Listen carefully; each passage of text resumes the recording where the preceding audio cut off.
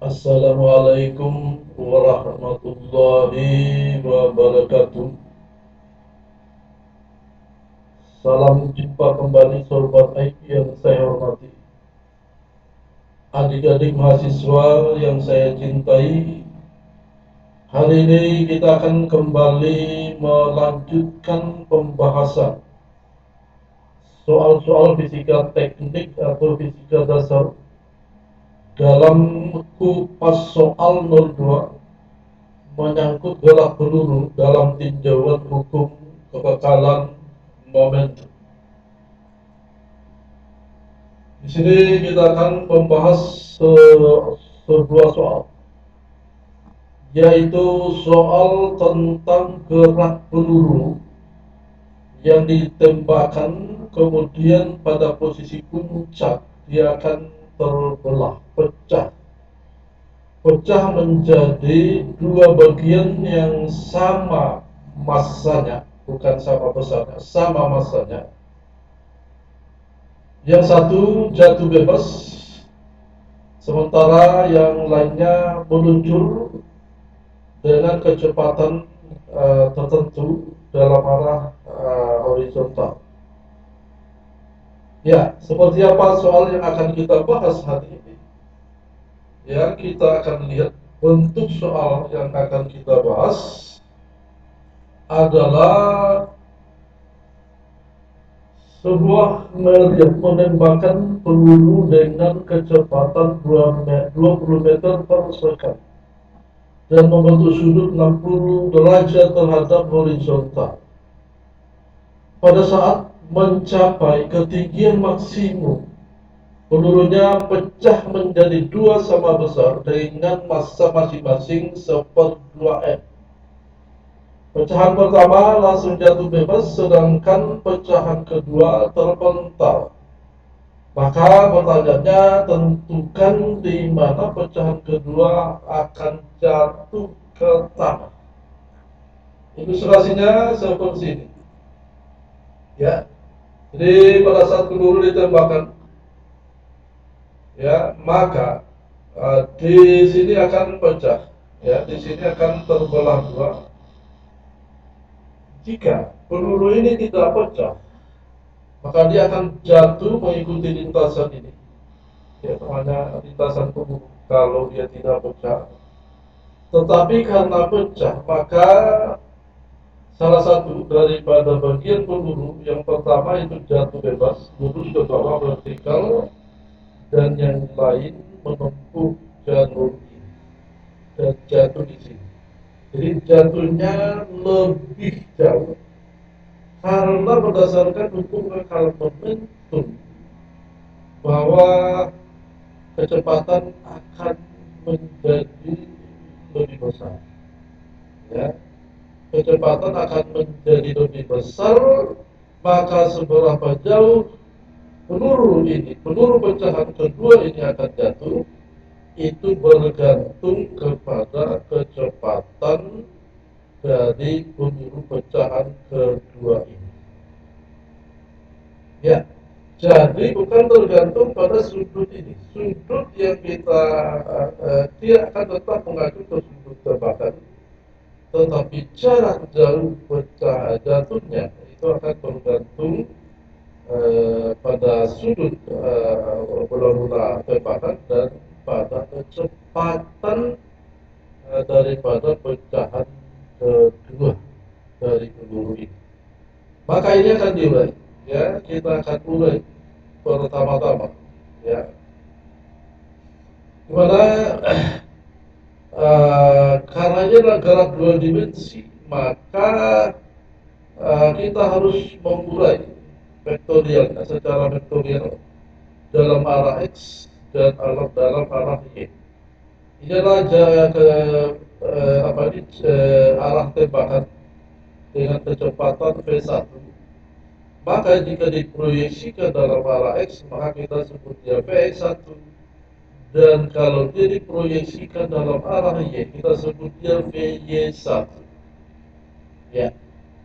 Kemudian dia meluncur sampai di kedudukan tertingginya, di posisi tertinggi, kemudian dia pecah.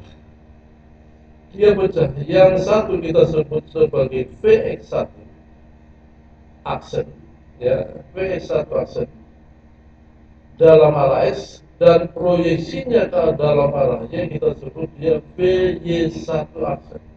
Di mana karena dia jatuh vertikal, maka Vx1 aksennya sama dengan 0. Ya. Kemudian ada pecahan yang kedua, yaitu pecahan yang kedua ini memiliki Vx2 aksen, ya, kecepatan Vx2 aksen, dan juga di sini ada Vy2 aksen, yaitu proyeksi dalam arah X itu adalah Vx2 aksen, dan proyeksi dalam arah Y-nya adalah Vy2 aksen, dan tentu saja sama dengan 0. Jadi Vy2 aksen sama dengan 0. Ya. Untuk memperlakukan hukum bakalan momentum, sesungguhnya kita bisa saja memilih lokasi atau titik di mana saja dalam lintasan ini. Tetapi di sini hanya kita akan meninjau dua titik ini, yaitu titik pada saat awal ditembakkan dan titik pada saat dia mencapai ketinggian maksimum. Ya. Maka dengan menggunakan hukum bakalan momentum yang kita urai dalam masing-masing proyeksi, maka kita menulis mx1 vx1 ditambah mx2 vx2 sama dengan mx1 aksen vx1 aksen ditambah mx2 aksen vx2 aksen. Kita tandai sebagai persamaan 1, kemudian my1 Vy1 dalam proyeksi ke arah vertikalnya ditambah My2 Vy2 sama dengan My1 aksen Vy1 aksen tambah My2 aksen Vy2 aksen. Kita tandai sebagai persamaan kedua. Kemudian formula yang berhubungan dengan gerak peluru adalah X sama dengan Vx1T sama dengan V1 kosinus theta dikali T, di mana V1 sama dengan V1 kosinus theta dan Vx sama dengan Vx1. Kemudian Y sama dengan Y1T dikurang 1/2 GT kuadrat sama dengan V1 sinus theta kali T dikurang 1/2 GT kuadrat, di mana Y1 sama dengan V1 sinus theta dan Vy sama dengan Vy1 kurang GT. Kita tandai yang ini tadi dalam persamaan 3, dan ini kita tandai dalam persamaan 4.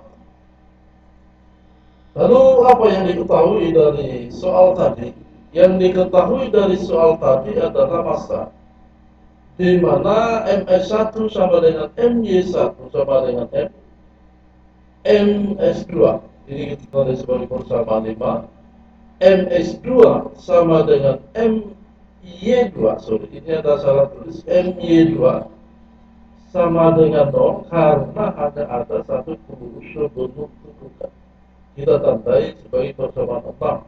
Jadi di sisi kiri sesungguhnya di dalam persamaan karena hukum bakalan momentum itu hanya ada satu suku karena hanya satu benda.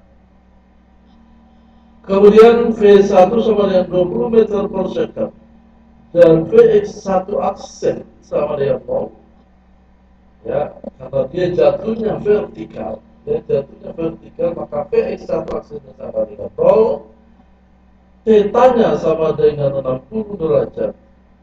Kemudian Vx2, sorry, ada tambahan di sini, yaitu Vy2, ya, Vy2 aksen itu juga sama dengan nol. Ya. Jadi karena dia ronda itu bukan jatuh bebas, tetapi pecahan kedua dia meluncur horizontal, meluncur mendatar, kemudian dia jatuh. Maka komponen kecepatan pecahan kedua dalam arah Y itu sama dengan nol. Maka ditambahkan di sini V Y dua aksen itu sama dengan nol. Ya. Kemudian theta sama dengan 60 derajat. Ya, kita tandai dengan persamaan-persamaan 7 untuk V1, 8 untuk theta sama dengan 60 derajat, dan kemudian MX1 aksen sama dengan MX2 aksen sama dengan MY1 aksen sama dengan MY2 aksen itu sama dengan 1/2M, kita tandai sebagai persamaan 9. Lalu karena Vy sama dengan 0 pada ketinggian maksimum, maka dari persamaan 4 tadi diperoleh waktu tempuh peluru dari mulai bergerak ke posisi tinggi maksimum adalah T sama dengan Vy1/G sama dengan V2 sinus theta per G.